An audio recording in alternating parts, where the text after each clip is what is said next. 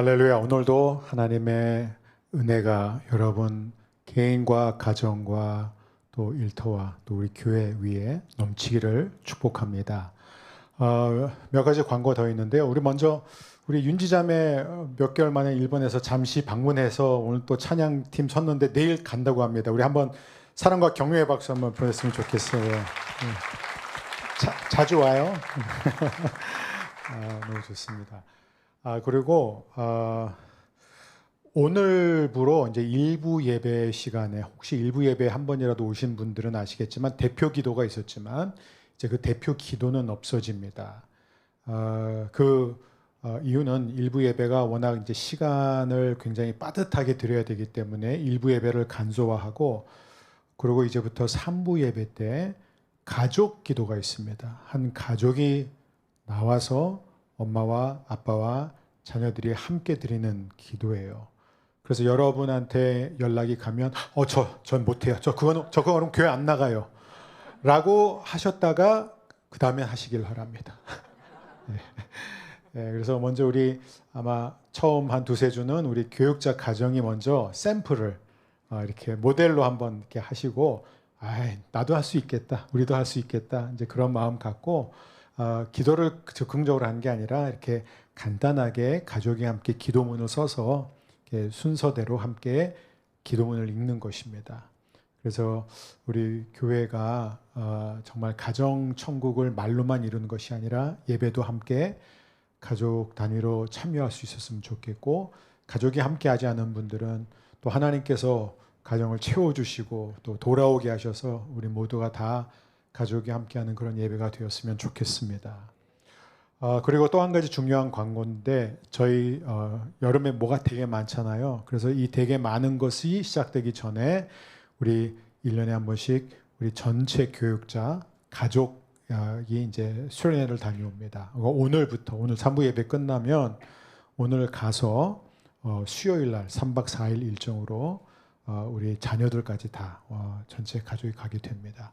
우리 성도님들, 우리 교육자들이 안전하게 다녀오고 또 그곳에서 더욱 하나 될 수 있도록 기도해 주시고, 혹시 기도하다가 정말 마음에 강력한 이끄시셔서 내가 음료라도 대접해야 되겠다, 아니면 한 끼를 내가 한번 이번 기회에 한번 대접하고 싶다, 그런 마음이 있으시면 누르지 마시고 참지 마시고, 이건 의무가 아닙니다. 정말 그런 마음이 평소에 좀 이렇게 우리 수고하시는 교육자분들 여러분이 한번 뭐라도 대접하기를 원하셨다면 이번이 되게 좋은 기회입니다. 그래서 여러분 함께 참여해 주시면 저희가 또 큰 힘을 얻겠습니다. 이제 오늘 갈라디아서 2장의 마지막 말씀을 나누게 됩니다. 제가 이렇게 말씀드린 이유는 번복하지 않기 위해서, 다음 주에 또 갈라디아서 2장을 하지 않기 위해서 이제 2장을 마무리 짓고 숨을 고른 후에 3장으로 넘어갑니다. 우리 기도하고 오늘 말씀을 함께 받겠습니다. 사랑하는 주님, 오늘도 우리가 그 은혜를 힘입어 담대하게 주님 앞에 나왔습니다.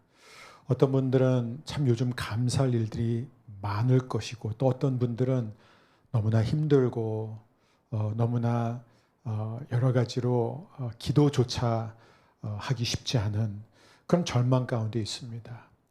하나님 아버지, 감사가 넘치는 분들한테는 겸손을 가르쳐 주시고, 또 낙심되어 있는 분들한테는 큰 용기와 담대함을 찾을 수 있는 강력한 복음의 능력이 오늘 우리에게 말씀을 통해 임하게 하여 주옵소서. 예수님의 이름으로 기도합니다. 아멘.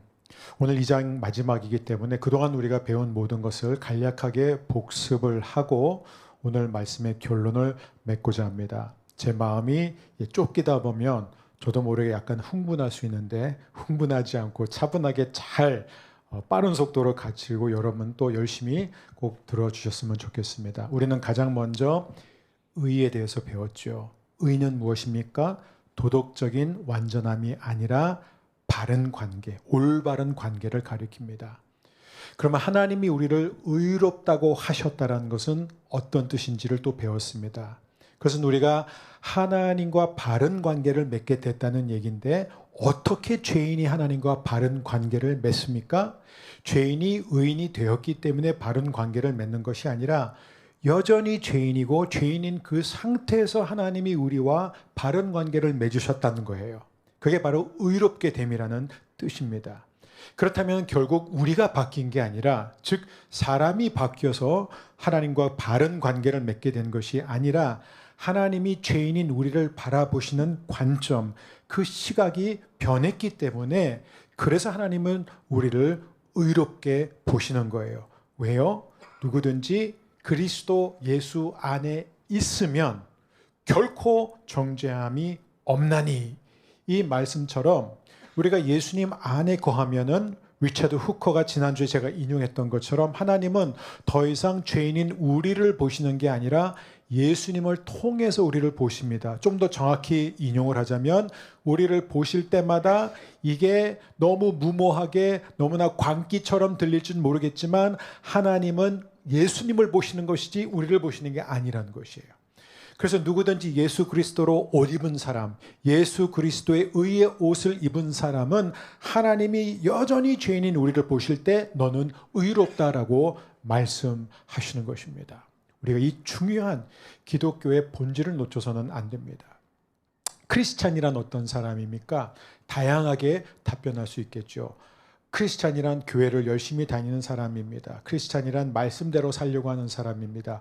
크리스찬이란 착한 사람입니다. 선한 사람입니다. 이웃을 사랑하는 사람입니다. 좀 더 영적으로 말하자면 크리스찬이란 그리스도를 자신의 삶으로 초대한 사람입니다. 크리스찬이란 그리스도의 능력으로 살아가는 사람입니다. 크리스찬이란 다양하게 우리가 이렇게 계속 표현할 수 있습니다. 회개를 많이 한 사람입니다. 이 모든 것이 다 포함되긴 하지만 이것 가운데 그 어느 것도 그리스도인 됨의 본질은 아닙니다. 본질은 하나예요. 의롭다 하심을 얻은 사람. 하나님이 우리를 보실 때 우리는 여전히 죄인이에요. 우리가 예수를 믿는다고 갑자기 바뀌지 않습니다. 물론 우리의 가치관도 바뀌고 우리의 생각도 바뀌고 마음이 변화를 받지만 하루아침에 새 사람이 되는 것은 아니잖아요. 그런데 하나님이 우리를 보실 때 너는 의롭다라고 선언하는 것, 그 의롭다 하심을 받은 사람이 바로 그리스도인이라는 것이에요. 이게 바로 기독교 신앙의 본질입니다. 그러므로 그리스도인이 된다는 것은 착하게 사는 건 아니에요. 말씀대로 사는 것도 아니에요. 착하게 살고 말씀대로 사는 것은 그리스도인이 된 이후에 나타나는 결과이지, 그것이 그리스도인 됨의 본질은 아니라는 것입니다. 우리가 이 순서를 바꾸면 안 됩니다. 그리스도인이 된 후에 선해지고 그리스도인이 된 후에 변화되는 것은, 그렇게 하는 사람일수록 그는 하나님께 영광 돌리고 겸손해집니다. 하지만 이 복음의 본질을 붙잡지 못하고 의롭다 하심의 확신 없이 순종을 열심히 하고 착하게 살면 그는 위선자가 되고 자기처럼 살지 못하는 사람을 판단하고 비판하고 정죄하게 된다는 것이죠. 자, 그러면 우리가 오늘 이제 말씀을 빨리 복습하는 차원에서 오늘 2장의 마지막 절은 뭐라고 되어 있느냐? 21절 말씀 우리가 한 목소리로 함께 읽겠습니다. 내가 하나님의 은혜를 헛되게 하지 않습니다. 의롭다고 하여 주시는 것이 율법으로 되는 것이라면 그리스도께서 헛되이 죽으신 것이 됩니다. 자, 사도 바울이 이 2장의 마무리를 어떻게 합니까? 하나님의 은혜를 헛되이 하지 않겠다라고 말합니다. 어떻게 해요? 우리를 의롭다고 하여 주시는 것이 순종을 통해서, 율법을 통해서 된 것이 아니라는 것이에요. 우리의 노력으로 되는 것이 아니라는 것입니다. 우리의 노력과 행위와 아무 상관없이 여전히 죄인인 그 상태에서 하나님이 예수 그리스도 때문에 우리를 바라보시는 시선과 평가가 바뀌었다는 거예요. 만일 우리가 그것을 부정하면 어떻게 된다고요? 그리스도께서 헛되이 죽으신 것이 됩니다. 저는 우리 사랑하는 성도님들 가운데 그 누구도 그리스도의 죽으심을 헛되게 하지 않게 되기를 축복합니다. 여러분, 왜 우리가 하나님 앞에 의로운 사람이라고요? 우리가 의로운 사람이 되었기 때문이 아니라, 우리가 의로운 사람이 될 가능성이 남들보다 크기 때문이 아니라, 우리를 대신하여 십자가에 못 박혀 죽으신 예수 그리스도를 믿기 때문에 예수님의 의가 우리에게 전가되었고 예수님의 기록이 우리의 기록이 되었다는 것입니다. 그래서 우리는 지금 이 순간 하나님 앞에 의로운 사람들입니다. 이것을 지난주에 인용했던 루터의 말을 빌리자면 그리스도인의 의는 언제나 수동적인 의라는 거예요. 우리가 열심히 노력하고 순종해서 만들어내는 의가 아니다. 그 의는 오직 선물로 받는 것이다. 인간은 결코 의를 만들어낼 수 없습니다. 우리가 아무리 착하게 살고 아무리 훌륭하게 살고 아무리 많은 돈과 부를 가난한 사람들에게 나눠줘도 우리는 하나님과 바른 관계를 스스로 맺을 수 없다는 것이죠. 자, 이게 다 무슨 말입니까? 결국 이 2장의 핵심은 무엇이냐면은 사도 바울은 복음을 믿는 사람, 하나님 앞에서 의롭다 함을 받은 사람은 반드시 복음을 따라 살게 되어 있다, 그 얘기예요. 즉 복음은 내가 머리로 깨닫고 입으로 고백하는 것으로 끝난 게 아니라 실제로 우리의 삶의 모든 영역을 바꿔 나간다는 거예요. 내가 복음을 이해했습니다, 나는 복음을 믿습니다라고 말하지만 실제로 보면 얼마나 많은 사람들이 복음을 전혀 믿지 않는지 그게 너무 보여요. 왜요? 삶이 안 바뀌거든요. 삶이 바뀌는 것 같지만 사실 자신이 좀 바뀌었다고 바뀌지 못한 사람들을 끊임없이 정죄하고 자기랑 같은 입장, 같은 편, 같은 노선이 아니면 정말 무슨 죄인인 것처럼 막 취급하고 정죄하는 그런 사회 속에서 우리가 살고 있습니다. 여러분, 이것은 결코 복음을 붙잡은 신앙인의 모습이 아니라는 것이죠. 그래서 우리는 오늘 이 말씀을 통해서 먼저 물론 14절부터 우리가 쭉 봐야 되지만 14절에서 바울은 지금 똑같은 얘기를 계속 반복하고 있어요. 의롭다 하심을 얻은 게 무엇이냐. 그래서 17절에서 그는 이렇게 말하고 있습니다. 우리가 그리스도 안에서 의롭다고 하심을 받으려고 하다가 우리가 죄인으로 드러난다면, 이게 되게 중요한 얘기예요. 왜냐하면 이 말씀만큼 오해를 많이 받고 왜곡되는 말씀이 없습니다. 여기서 우리가 누구예요? 이 우리는 우리가 이미 배웠습니다. 일반적인 우리 성도들이 아니고 갈라디아 교회 성도들도 아니고 예루살렘 교회에서 올라온 성도들도 아니고 누구를 말하냐면 바울과 베드로 두 사람을 말하고 있는 거예요. 지금 바울은 베드로하고 대화를 하고 있습니다. 베드로와 이 바울이 뭐라고요? 그리스도 안에서 의롭다 하심을 받으려고 하다가 이렇게 되어 있어요. 근데 이게 한글 번역의 아쉬움과 한계예요. 근데 이 원어의 의미는 뭐냐면 우리가, 당신과 나, 그러니까 베드로와 바울이 그리스도 안에서 의롭다 하심을 받은 상태로 살던 중에 그 얘기예요. 지금 여전히 의롭다 하심을 받으려고 노력하고 있습니다, 그 얘기가 아니에요. 이제 한글 번역은 좀 오해할 소지가 있습니다. 그런데 이제 바울이 계속 강조한 게 뭐예요? 우리는 이미 믿음으로 말미암아, 율법이 아니라 믿음으로 말미암아 의롭다 하심을 받았다. 그러면 베드로, 당신도 유대인 아니냐? 나도 유대인이 아니냐? 그러면 우리가 유대인으로서 율법을 지킴으로써 하나님의 자녀가 되었느냐? 우리가 율법을 지킴으로써 하나님 앞에서 의롭다 하심을 받게 되었느냐? 아니지 않느냐? 당신과 나는 둘 다 율법이 아니라, 행위가 아니라 오직 예수 그리스도를 믿는 믿음으로 의롭다 하심을 받지 않았느냐? 자, 그런데 그런 우리가, 의롭다 하심을 받은 우리가, 크리스찬인 우리가, 여러분 이 우리는 보통 우리가 아니라 여러분 당대뿐만 아니라 아마 인류 역사상 가장 뛰어난 두 크리스찬이 바로 베드로와 바울이라고 저는 확신합니다. 그들을 능가할 만한 사람은 없다고 생각해요. 그런데 뭐라 그러죠? 우리 두 사람이 의롭다함을 받지 않았느냐? 그리고 우리가 의롭다함을 받은 상태에서 살아가고 있지 않느냐? 그런데 우리가 여전히 죄인이라는 게 드러나지 않느냐? 그 얘기를 하는 거예요. 여러분, 이거 굉장히 중요해요. 이 진리를 우리가 이해하지 못하면요, 우리는 복음을 전혀 이해하지 못한 것입니다. 복음을 이해하기 위해서는 우리가 반드시 이 핵심을 이해해야 된다는 거예요. 이미 의롭다함을 받았지만, 하나님이 볼 때는 의롭지만 그러나 여전히 죄인이라는 것이에요. 여러분, 그리스도인이란 무엇이에요? 그리스도인이 다른 종교인, 다른 철학, 또 뭐 심리학 이런 여러 이제 분야에서 가르치는 것들은 기독교와 본질적으로 뭐가 다릅니까? 예를 들어서 이런 거예요. 언제나 둘 중에서 하나예요. 죄인이든 의인이든 이렇게 된다는 거예요. 이런 거예요. 당신은 죄인이잖아. 그러면 당신은 노력을 해서 의인이 되고 착하게 살아야지 신이 당신을 받아줄 거야. 혹은 이거예요. 당신은 과거에는 형편없는 사람이었지만 지금은 정말 잘 살고 있잖아. 당신은 지금 훌륭하잖아. 당신은 굉장히 덕스러운 존재잖아. 그러니까 당신은 괜찮은 사람이야. 세상은 언제나 이 두 가지 옵션이에요. 물론 그 가운데서 약간 비율이 바뀔 수 있어요. 당신은 70% 죄인이지만 30%는 착해. 이렇게 말할 수도 있죠. 그리고 어떤 사람은 당신은 70%는 아주 나빠. 근데 한 30%는 착해. 아니면 30%는 죄인이지만 70%는 착해. 그러니까 어느 쪽이든 기울일 수는 있습니다. 근데 세상이 말하는 건 다 둘 중에서 하나라는 거예요.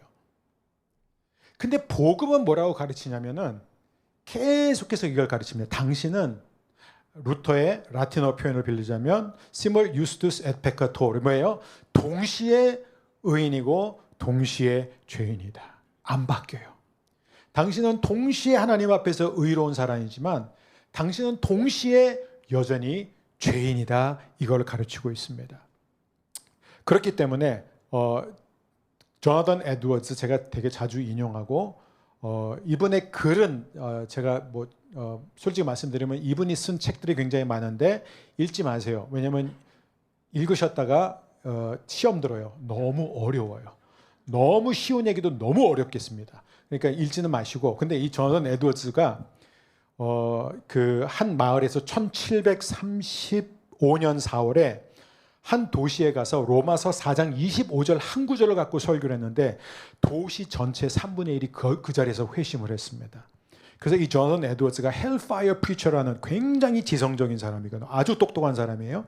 그런데 이 사람이 말씀을 전하면 사람들이 막 회심을 했는데 그가 이 로마서 4장 5절을 갖고 설교를 했습니다. 이 4장 5절의 말씀을 한번 읽고 제가 그분의 설교를 요약하겠습니다. 함께 읽습니다. 그러나 경건하지 못한 사람을 의롭다고 하시는 분을 믿는 사람은 비록 아무 공로가 없어도 그의 믿음이 의롭다고 인정을 받습니다. 여러분 사실 이건 말도 안 되는 얘기거든요. 말도 안 돼. 경건하지 못한 사람이 여기 있어요. 지금 아주 나쁜 사람이에요. 그죠? 그런데 하나님이 그를 의롭다고 하셨다는 거예요. 근데 그걸 보면서 나는 믿습니다라고 하면은 하나님이 경건하지 않은 사람을 경건하다고 말씀하시는 그 하나님을 믿는 순간 그 믿음 때문에 그 사람이 의롭게 된다는 얘기예요.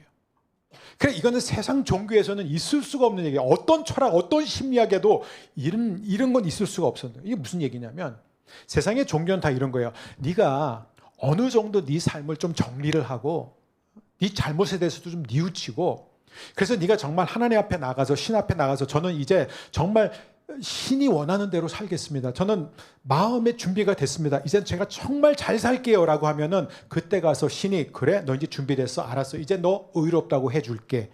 혹은 앞으로 네가 계속 잘 살면 그때 가서 의롭다고 해줄게. 그게 기독교가 아니라는 것입니다. 기독교의 하나님은 그런 하나님이 아니라 우리가 여전히 불경건한 그때에 우리가 여전히 죄를 지은 그때에 경건하지 않은 그때에 하나님이 우리를 의롭게 해주신다는 거예요. 그리고 그런 하나님을 우리가 믿으면 그 믿음이 우리의 의가 된다. 여러분 이거 이해 못하시면 3장, 4장, 5장, 6장 괴로우실 거예요. 하나도 이해가 안 될 거예요. 이게 이해가 돼야 됩니다. 즉 그리스도인이 된다는 것은 우리가 죄인인 상태에서 의롭다 하심을 먼저 받는 것이에요. 그리고 의롭다 함을 받는다고 해서 우리가 바뀌는 게 아니라는 거예요. 우리는 여전히 죄인이라는 것입니다. 그래서 우리의 정체성을 가장 잘 표현해주는 표현이 이거예요. 존귀한 실패자예요. 우리 같이 오신 분한테 모르는 분한테는 하지 마시고 같이 오신 분한테 당신은 존귀한 실패자입니다. 한 번만 이렇게 축복. 당신은 존귀한 실패자입니다. 하나만 더 하겠습니다. 당신은 의로운 죄인입니다. 자, 한번 의로운 죄인입니다. 이게 영어로는 justified sinner라는 거예요. 의롭게 된 죄인이라는 것이에요. 우리는 이 정체성을 결코 잃어서는 안 됩니다. 자, 그래서 이제 오늘 두 가지 오류, 이제 오늘 복습을 이제 마쳤고, 이제 이 복습을 토대로 오늘 이제 두 가지 오류에 대해서 나누고자 합니다. 여기서 우리가 이제 가장 중요하게 생각하는 것은 베드로가 바나바와 모든 유대 그리스도인들과 함께 예루살렘 교회에서 유대주의자들이 왔다라는 소식을 듣자마자 바로 이방인들과 식사하던 자리에서 일어서서 피해버립니다. 그때 사도 바울이 그 문제를 놓고 베드로에게 당신은 방금 인종차별을 했습니다라고 말한, 분명히 인종차별 행위였습니다. 근데 그 행위를 인종차별로 보지 않고 뭐라고 했냐면 당신은 지금 복음에서 벗어났습니다. 즉 원어로 당신은 지금 복음을 따라 행하지 않았습니다라고 말하는 거예요. 여러분, 우리가 이걸 놓쳐서는 아닙니다. 우리가 짓는 모든 죄가 그 근원은 뭐냐면 복음에서 벗어났기 때문이에요. 우리는 자꾸 현상만 보고 뭐 이렇게 얘기를 하잖아요. 근데 정말 근원적인 게 뭐냐면 복음에서 벗어나면은 죄는 온갖 형태를 다 띄우게 된다는 것입니다. 자, 그러면 이제 사도 바울이 말하고자 하는 것은 영어로 in line with the gospel이라. in line with the, did you walk in line with the gospel? 그러니까 어떻게 복음을 따라 산다는 삶, 즉 복음에 합당한 삶은 어떤 삶이냐? 오늘 그것을 여러분과 간단히 나누고자 합니다. 이 부분을 나누기 위해서 그 2세기, 3세기 때 초대교회를 대표해서 이단들과 싸우면서 왕성하게 활동했던 터툴리아누스라는 교부가 있습니다. 이 터툴리아누스는 뭐라고 말하냐, 아주 유명한 말을 남겼는데 우리 한번 띄워주세요. 저와 함께 읽겠습니다. 복음은 언제나 두 가지 반대되는 오류 사이에 못 박힌다. 예. 이게 무슨 얘기냐면 예수님이 십자가에 못 박히셨을 때 좌우로 누가 있었어요? 강도들이 있었습니다. 두 강도가 있었어요. 그러니까 터툴리아는 지금 그거를 그대로 이제 비유로 뭐라고 설명하냐면 예수님이 두 강도 사이에 못 박힌 것처럼 복음도 언제나 두 강도 사이에 못을 박히게 된다. 이 강도는, 두 강도는 극단적인 서로 반대되는 오류라는 거예요. 이단이라는 것입니다. 이 오류가 무엇이냐면은 하나는 뭐냐면은 사랑 없는 진리, 또 하나는 진리 없는 사랑이라는 거예요. 자, 사랑 없는 진리는 무엇이냐면은 율법주의예요. 율법주의. 이걸 우리는 리글리즘이라고 부릅니다. 율법주의를 가장 정확히 설명하자면 율법을 지키는 사람이 율법주의자가 아니라 자기가 하나님 앞에 의롭다 하심을 얻는 데 있어서 율법을 의지하는 사람이 율법주의자예요. 그래서 이 율법주의자를 우리는 또 다른 말로 하자면은 종교주의자로 표현할 수 있고 도덕주의자로도 표현할 수 있습니다. 그게 이제 한쪽이에요. 오른쪽이라고 해봅시다. 그러면 왼쪽이 있습니다. 그럼 왼쪽은 뭐냐면 반율법주의, 엔티노미니즘이에요. 이거 신학적인 용어입니다. 엔티노미니즘. 반율법주의는 어떤 사람이냐? 율법을 아예 무시해요. 율법을 가볍게 생각하고 무시합니다. 여러분, 그리스도인이 율법을 무시하는 사람들 아닙니다. 절대로 저는 율법을 무시하지 않습니다. 율법은 하나님의 말씀이에요. 근데 반율법주의자는 하나님의 율법을 철저하게 무시하고 경멸합니다. 필요 없다고 생각해요. 그러니까 이런 사람들은 다른 표현을 하자면은 상대주의자, 자유주의자, 쾌락주의자, 비종교주의자, 이렇게 다양하게 다양한 형태로 드러날 수 있습니다. 물론 다 같은 건 아니에요. 근데 여기서 이제 터툴리아누스가 강조한 것은 뭐냐면 복음은 늘 두 강도 사이에, 율법주의와 반율법 사이에 못 박힌다는 것은 무엇이냐면, 여러분 여호수아서에 굉장히 유명한 말씀이 하나 나오죠. 여호수아서 1장 7절 우리가 부분적으로 한번 읽겠습니다. 오직 강하고 극히 담대하여 우로나 좌로나 치우치지 말라. 그리하면 어디로 가든지 형통하리라. 여러분, 이 말씀은 굉장히 중요한 시점에 주어진 말씀. 모세가 이제 떠나가고 여호수아가 이제 그 거대한 이스라엘을 이끌고 이제 약속의 땅을 들어가야 되는 그 상황에서, 그 중대한 기로에서 하나님이 주신 말씀이에요. 강고 담대하여라. 근데 우리가 이걸 그냥 구약의 틀 안에서만 읽으면 율법을 열심히 지키면 된다처럼 들리지만, 여러분 우리가 늘 기억해야 되는 것은 구약의 모든 구절을 그리스도 관점, 복음의 관점에서 읽지 않으면 우리는 그리스도인이 아니라 우리는 유대인이 되는 거예요.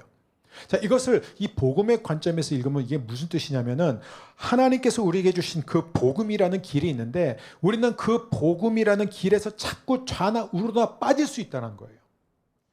그래서 그 복음의 좌와 우 혹은 우와 좌, 그게 무엇이냐? 제가 방금 설명드린 것처럼, 터툴리아가 말한 것처럼 사랑 없는 진리와 진리 없는 사랑, 율법주의와 반율법주의라는 것입니다.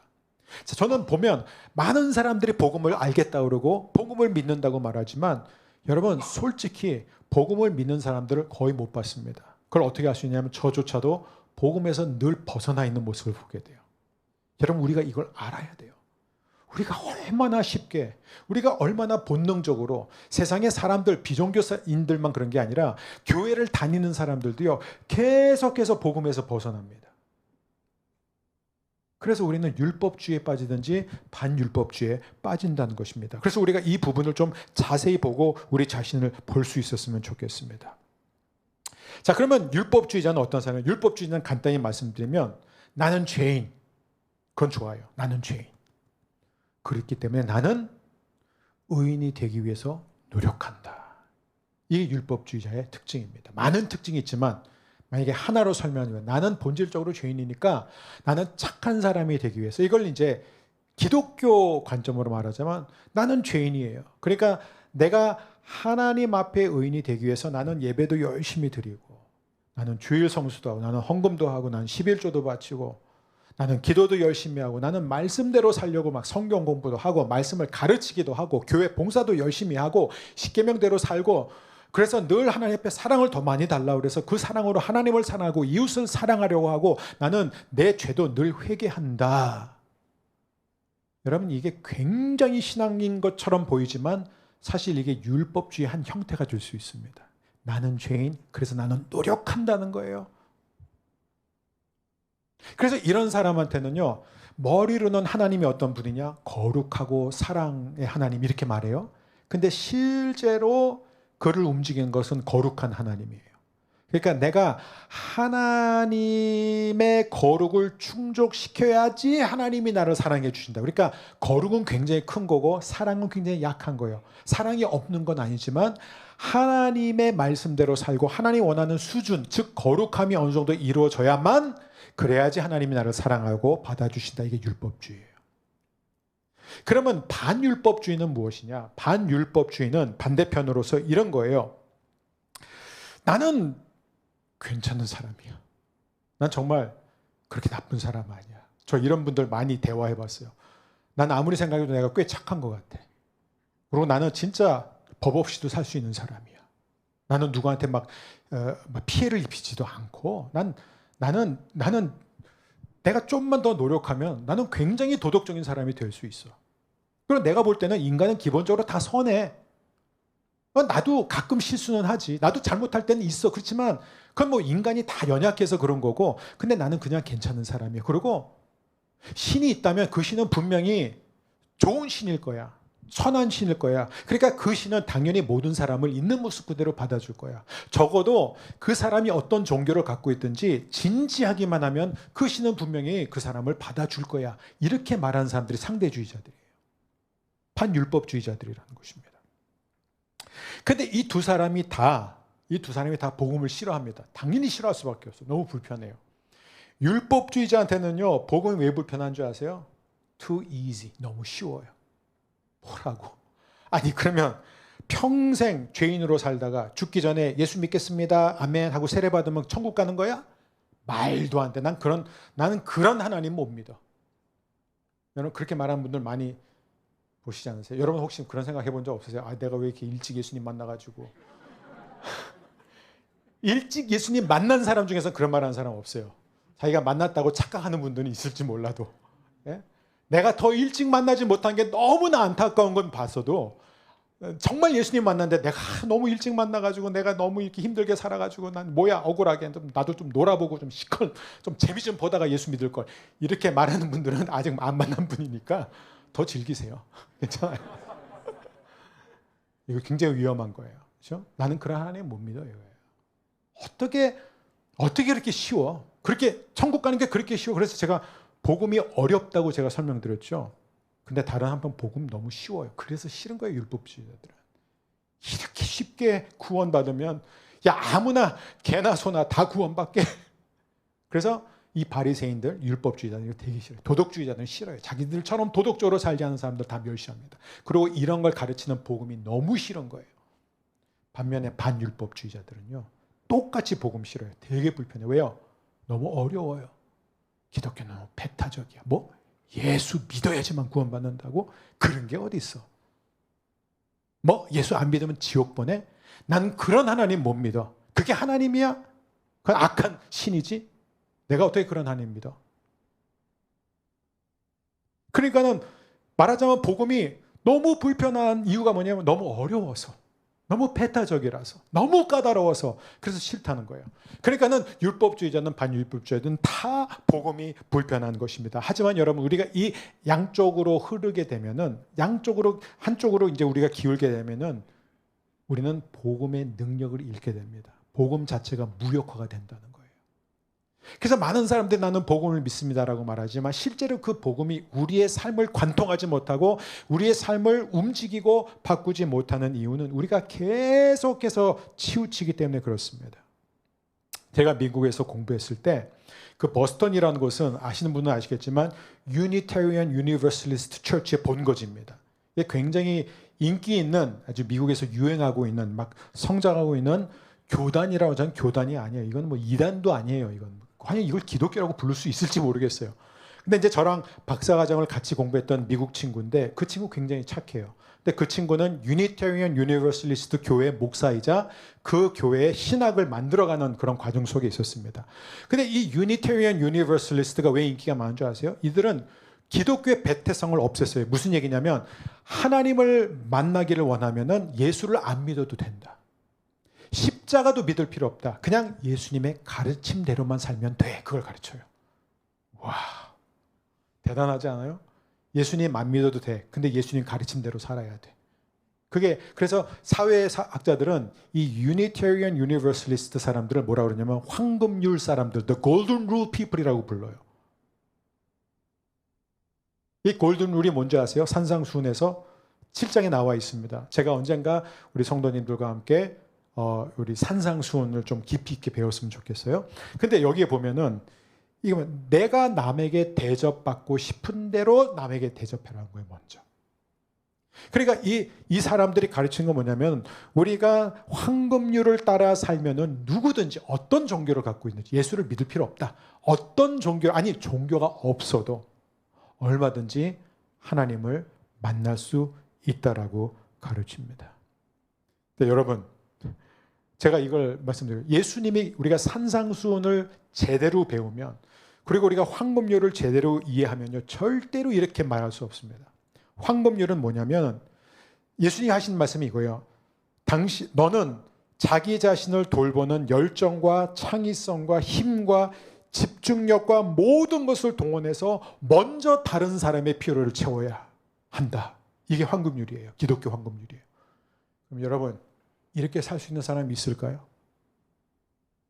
없어요. 이렇게 살 수 있다고 생각하는 사람이 있다면요, 그 사람은 여전히 착각하고 있는 거예요. 여러분, 왜 바리새인들이 위선자인 줄 아세요? 왜 예수님이 계속해서 화이슬진저 이 외식하는 자들아 왜 그런 줄 아세요? 바리새인들이 율법을 제일 열심히 지켰잖아요. 근데 왜 위선자예요? 왜냐하면 그들은 하나님의 율법을 지킨 적이 없어요. 왜냐하면 하나님의 율법을 안다면 그들은 자신이 얼마나 하나님의 율법과 거리가 먼지를 알았을 거예요. 근데 그들은 하나님의 율법이 아니라 하나님의 율법을 자기들의 수준에 맞게 낮춰놓은 다음에 그걸 지키고 있었던 거예요. 그리고 그거를 지키지 못하는 사람들을 향하여 전부 다 죄인들이라고 그러고 전부 다 쓸모없는 사람들이라고 판단했습니다. 이게 무슨 얘기냐면 우리가 황금률이 무엇인지 안다면 산상수훈의 가르침이 무엇인지 안다면 예를 들어서 바리새인들이 늘 했던 게 뭐예요? 우리는 살인하지 않았습니다. 왜요? 사람들을 다 미워했지만 이방인들을 다 미워했지만 죽이진 않았다는 거예요. 근데 예수님이 뭐라고 가르쳐요? 옛사람에게 말한 바, 그렇죠? 옛사람에게 말하라 너희는 살인하지 말라. 근데 나는 너에게 이르노니 형제를 미워하는 순간 너는 이미 살인한 것이다. 그러면 여러분 혹시 우리 가운데 아직 살인을 한 번도 안 해보신 분 계세요? 다행이다. 다 제정신이시네요. 우리는 다 살인을 저지르면서 살아요. 왜? 우리는 늘 미워하면서 살아요. 모르는 형제뿐만 아니라 잘 아는 형제 남편, 잘 아는 자매 배우자. 우리는 늘 자녀와 부모와 형제와 성도 안에서도 우리는 늘 미워합니다. 늘 판단해요. 늘 어리석다고 말해요. 그게 우리라는 거예요. 그러니까 이 산상수훈, 이 황금률이 진짜 어떤 말씀인지 알면 우리가 뭘 깨달아요? 주여 오셔서 저를 구원해 달라고 우리는 하나님 앞에 구하게 되어 있습니다. 자, 그래서 나는 열심히 노력하면 도덕적으로 살 수 있어라고 말하는 사람은 복음이 말하는, 예수님이 가르치는 율법이 무엇인지 전혀 이해하지 못했기 때문에, 그래서 사실은 바리새인들이 가장 율법을 무시했던 사람들이에요.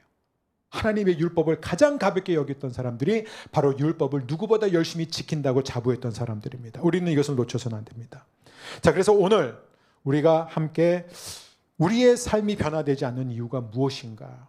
우리가 이 복음이라는 이 선에서, 이 복음이라는 길에서 자꾸 벗어나기 때문에 우리의 삶이 변화되지 않는다는 것이에요. 그래서 율법주의자나 반율법주의자는 결코 삶이 변화되지 않습니다. 제가 그 유니테리언 유니버설리스트 친구한테 물어봤어요.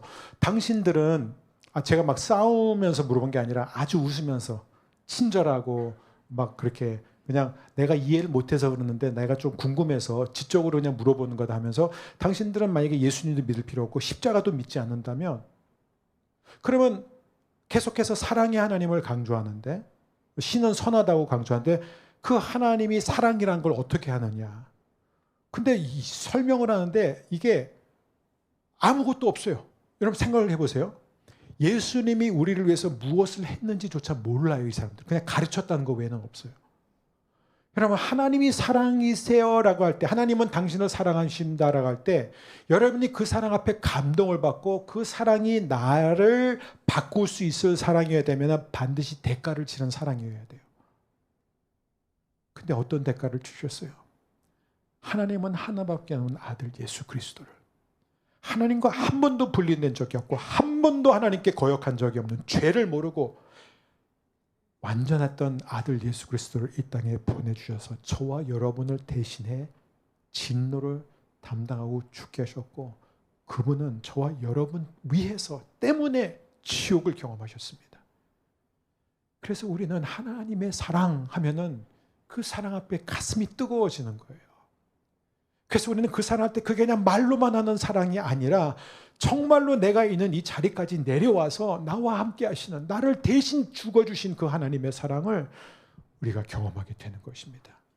그래서 복음만이 우리의 삶을 바꿀 수 있습니다. 자, 이 복음이 우리의 삶을 어떻게 바꾸느냐, 제가 시간이 없기 때문에 4가지만 나눌 텐데 하나는 이미 지난주에 나눴기 때문에 간단히 언급하고 나머지 3가지를 나누겠습니다. 첫 번째, 자아상이 변화됩니다. 지난주에 나눴습니다. 복음 아닌 모든 종교는 뭐라고 말한다고요? 내가 이 기준을 지키면 너는 자신감을 가질 수 있지만 겸손할 수는 없어. 만일 네가 이 기준을 지키지 못한다면 너는 겸손할 수는 있고 눈물을 흘릴 수는 있지만 결코 자신감을 갖고 담대할 수는 없어. 그게 종교의 방식입니다. 우리가 그 세리와 바리새인의 기도를 통해서 우리가 본 것처럼. 하지만 기독교는 뭘 가르친다고요? 복음은 뭘 가르친다고요? 우리는 동시에 의인이고 동시에 죄인이라는 것이에요. 그래서 우리가 하나님 앞에 언제나 겸손함과 담대함이 동시에 존재한다는 거예요. 그래서 우리가 막 잘 될 때도 언제나 하나님 앞에서 겸손할 수 있고, 우리의 뜻대로 되지 않고 너무나 슬프고 낙심되고 자기 자신한테 실망할 때도 우리는 겸손하면서도 동시에 하나님 앞에 담대히 나갈 수 있습니다. 은혜의 보좌 앞에 담대히 나갈 수 있는 거예요. 그게 그리스도인의 정체성입니다. 두 번째는 뭐냐? 고난과 어려움을 대하는 태도예요. 태도. 이걸 보면 복음을 믿는 사람과 안 믿는 사람을 금방 구분할 수 있습니다. 여러분, 복음, 그럼 율법주의자를 한번 보죠. 율법주의자의 특징은 뭐라고요? 나는 죄인. 그렇기 때문에 하나님께 인정받기 위해서, 하나님 앞에 의롭다 하심을 얻기 위해서 노력해요. 열심히 노력합니다. 기도도 열심히 하고, 봉사도 열심히 하고, 헌금도 열심히 하고, 착하게 살려고 하고, 성경 뭐 열심히 다니고, 그리고 막 가르쳐요, 사람들한테. 근데 막 어려움이 와요. 뭐 가벼운 어려운 정도는 좀 참죠. 근데 욥처럼 계속해서 어려움이 또 오고 또 오고 또 옵니다.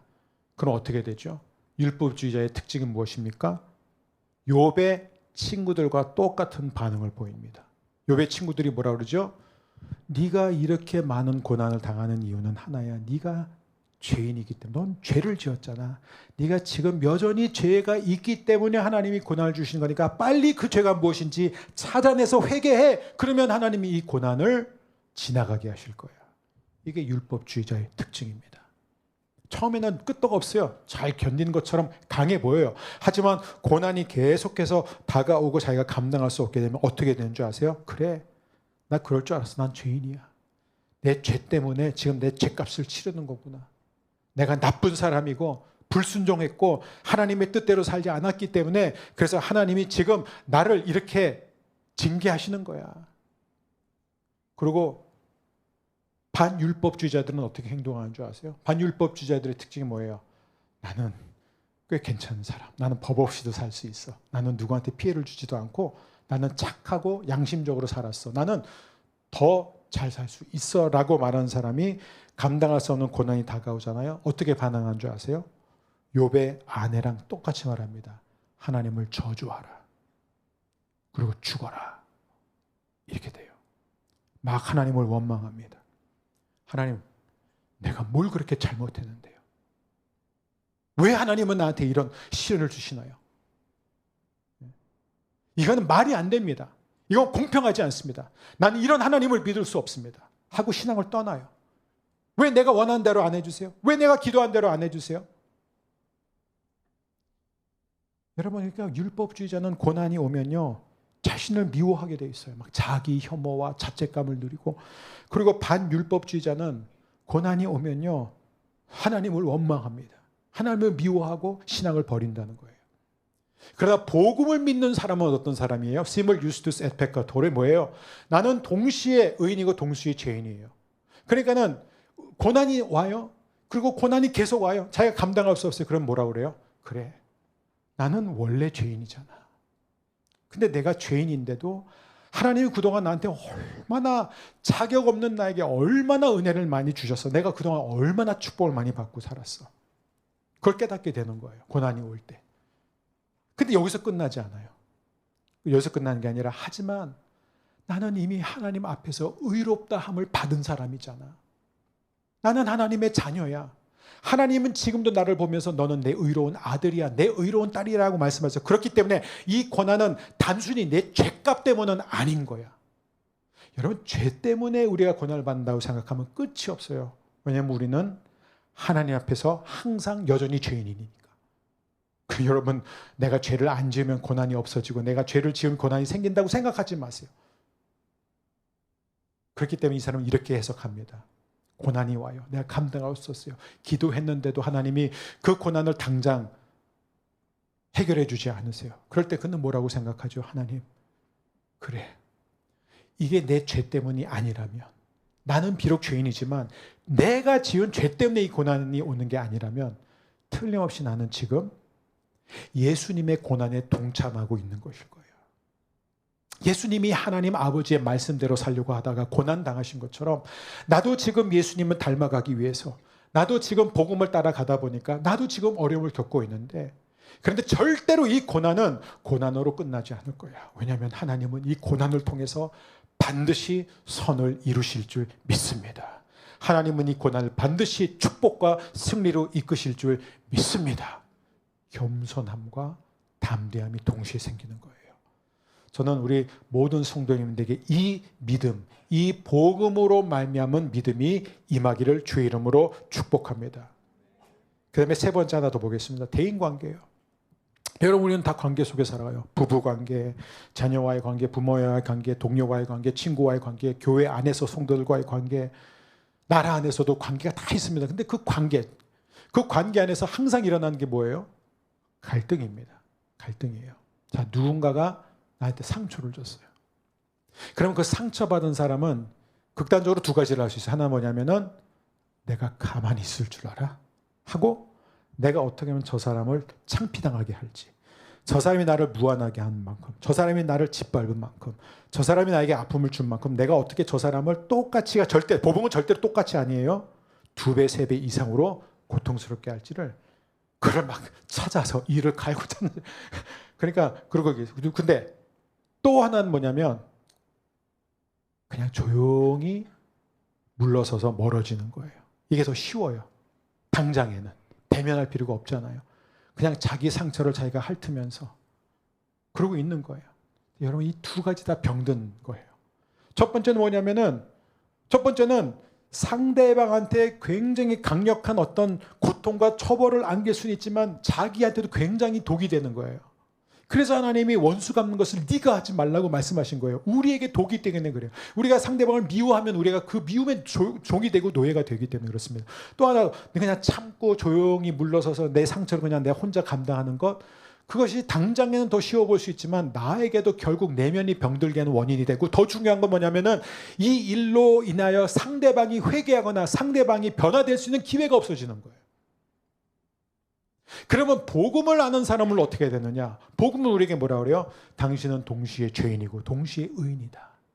그렇기 때문에 자기는 죄인이란 것을 알기 때문에 주님, 저 같은 죄인을 주님께서 용서해 주셨는데 저도 저 사람의 죄를 용서하게 해달라고 기도합니다. 근데 거기서 끝나지 않아요. 담대함이 있잖아요.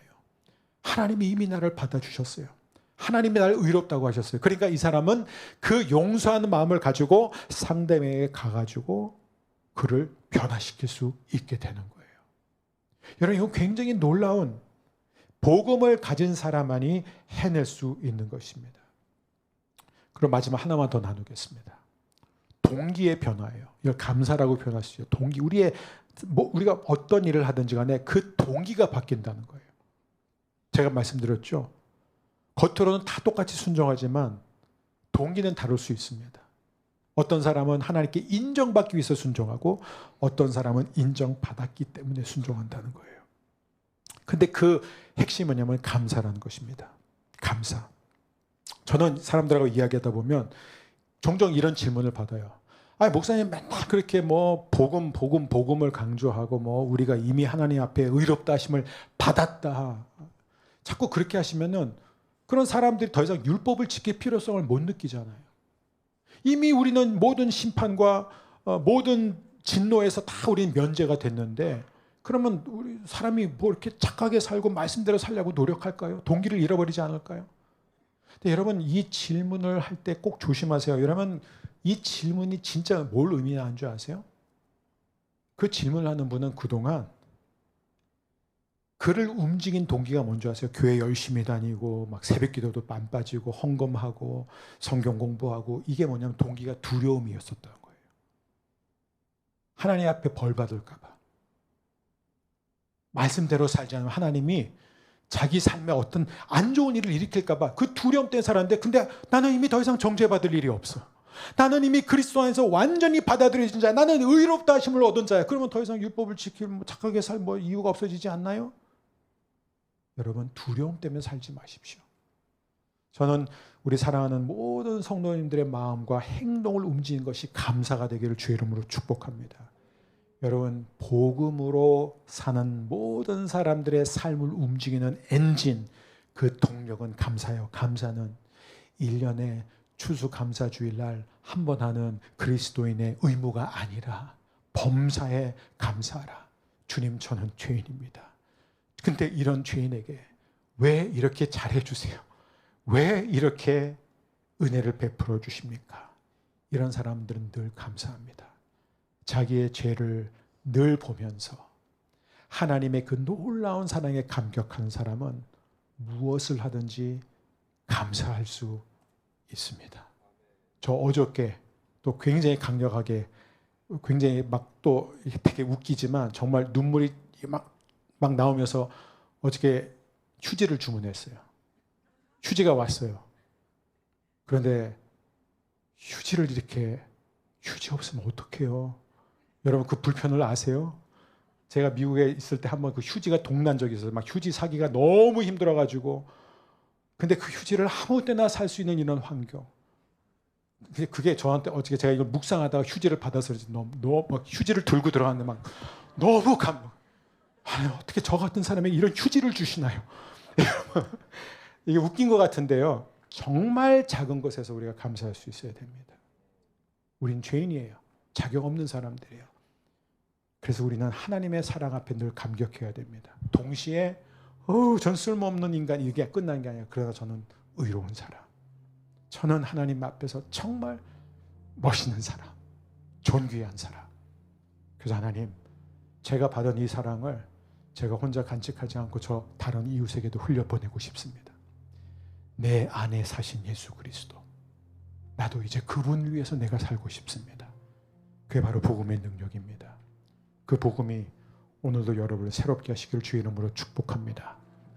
우리 자리에서 일어나셔서 우리 이렇게 기도했으면 좋겠습니다. 제가 오늘 설교를 마무리했어요. 2장. 근데 저의 간절한 기도 제목은 이거예요. 하나님, 이제 복음이 뭔지 알겠다 라는 그 생각이 들 때 하나님 멈추게 해주세요. 여러분, 나는 복음을 아직도 모릅니다. 왜냐하면 복음을 안다고 생각하는 그 순간 우리는 복음에서 벗어나요. 여러분, 이 복음은 깊은 샘물 같은 것입니다. 우리가 매일 그 샘물에서 길러내야 됩니다. 하나님 아버지, 좌로나 우로나 치우치지 않게 하여 주옵소서. 좌로나 우로나 흔들리지 않게 해 주옵소서. 여러분,